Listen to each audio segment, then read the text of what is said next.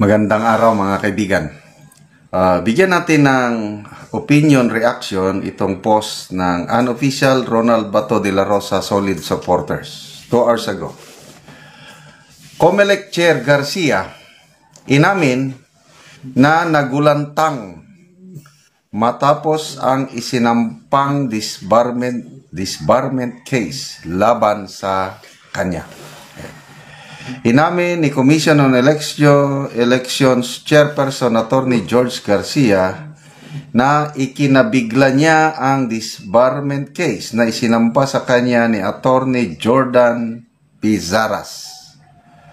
Ayon kay Pizaras, sinabihan umano siya ni Garcia na kakailanganin niya ng 300 million pesos para manalo sa pagkakongresista sa unang distrito ng Bohol. Ngunit, ayon kay Garcia, hindi umano ito totoo at nabaliktad lamang siya. Okay? So, yan po. Ang Comelec Commissioner, ito yung exact statement niya. Ako po ay nagulat at nagulantang doon sa na-file na kaso laban sa akin sapagkat ako po'y mukhang nabaliktad sa bagay na iyan. Okay, so, disbarment case sa Supreme Court. Okay. So, may dalawa pong korte ngayon. May Court of Public Opinion at saka Court of the Land, yung Supreme Court. So, bahala na ang Supreme Court na mag-decide kasi anybody can file a disbarment case. Maalala ko si Mr. Larry Gadon na disbar na, nandamay pa. Nag-file siya ng disbarment case laban kay BP Inday Sara. So, depende sa Supreme Court kung gaano nila kabilis aksyonan kasi ang dami nga namang kaso na maisasampa sa Supreme Court. So, hindi ko kilala itong Attorney Jordan Pizaras.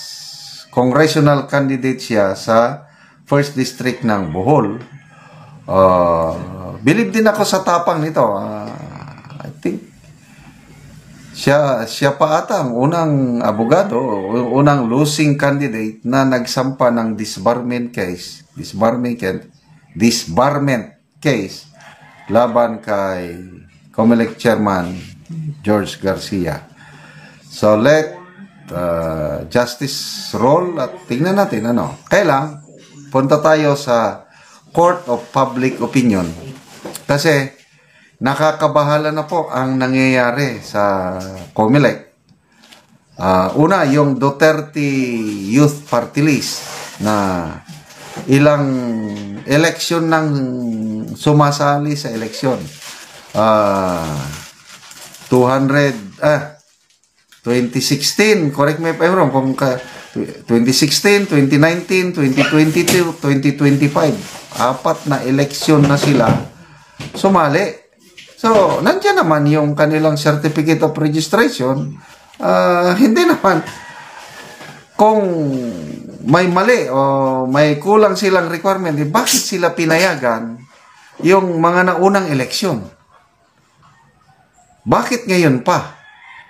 Dahil ba sa ang Duterte Youth Party List ay nag-attempt na magsampa ng impeachment case laban sa Pangulo? Tanong lang naman ito. Nagtatanong lang po. Na although hindi naman tinanggap ng Kamara. Wala lang, basta lang. So ito, pagkatapos ng eleksyon, 2.4 million votes, correct me if I'm wrong, yun lang matandaan ko, na pangalawang party list na nakatanggap ng mataas na boto next to Akbayan. Tapos, una, dinelay o hindi pre-claim ang mga nanalong kandidato. Yes, yung nominee ng Duterte Youth Party List, di pre-claim. Ngayon, canceled ang registration, ibig sabihin, wala na. Wala nang pag-asa ang Duterte Youth Party List. Okay. Pagkatapos yung Duterte Youth Party List sa cancellation, ito na naman. Si Congressman Benny Abante na-proclaim na yung winner sa 6th District, si Congressman-elect Joel Chua Uy. Proclaim na. O ngayon, bigla, annulled yung proclamation dahil daw hindi botante o hindi there is something wrong sa certificate of candidacy ng kalaban ni Congressman Abante. Ang alam ko, matagal naman siyang politiko doon. Matagal na siyang, I think, konsihal ba yun? Hindi ko kabisado. But, matagal na siya sa Manila na politiko itong si Joel Uy. So, yun po. Mga naglalaro sa isipan ng taong bayan.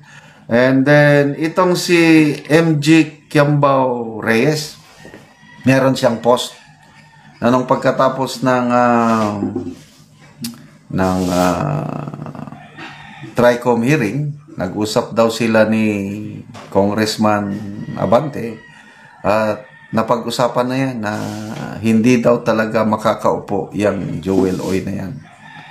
Yun, nabasa ko lang sa post at ngayon nagkatotoo na, hindi nga makaupo.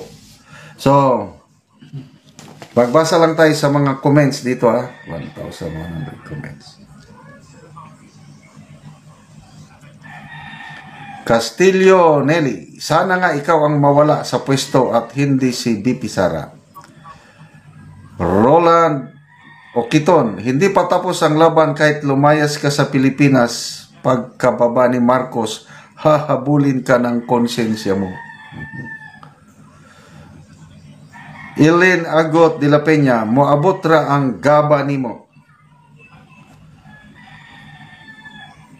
Marcy Roldan, wow, nagulat ka sir, di nga.